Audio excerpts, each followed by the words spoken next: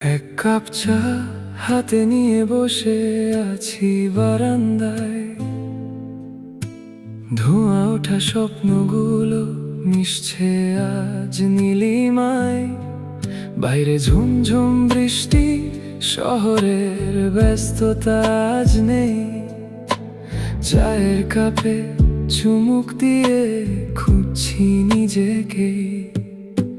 চায়ের কাপে ধোঁয়ায় ওঠে মনের কোণে মেঘ, স্মৃতিরা সব ভিড় করে আজ বাড়ছে যে আবেগ।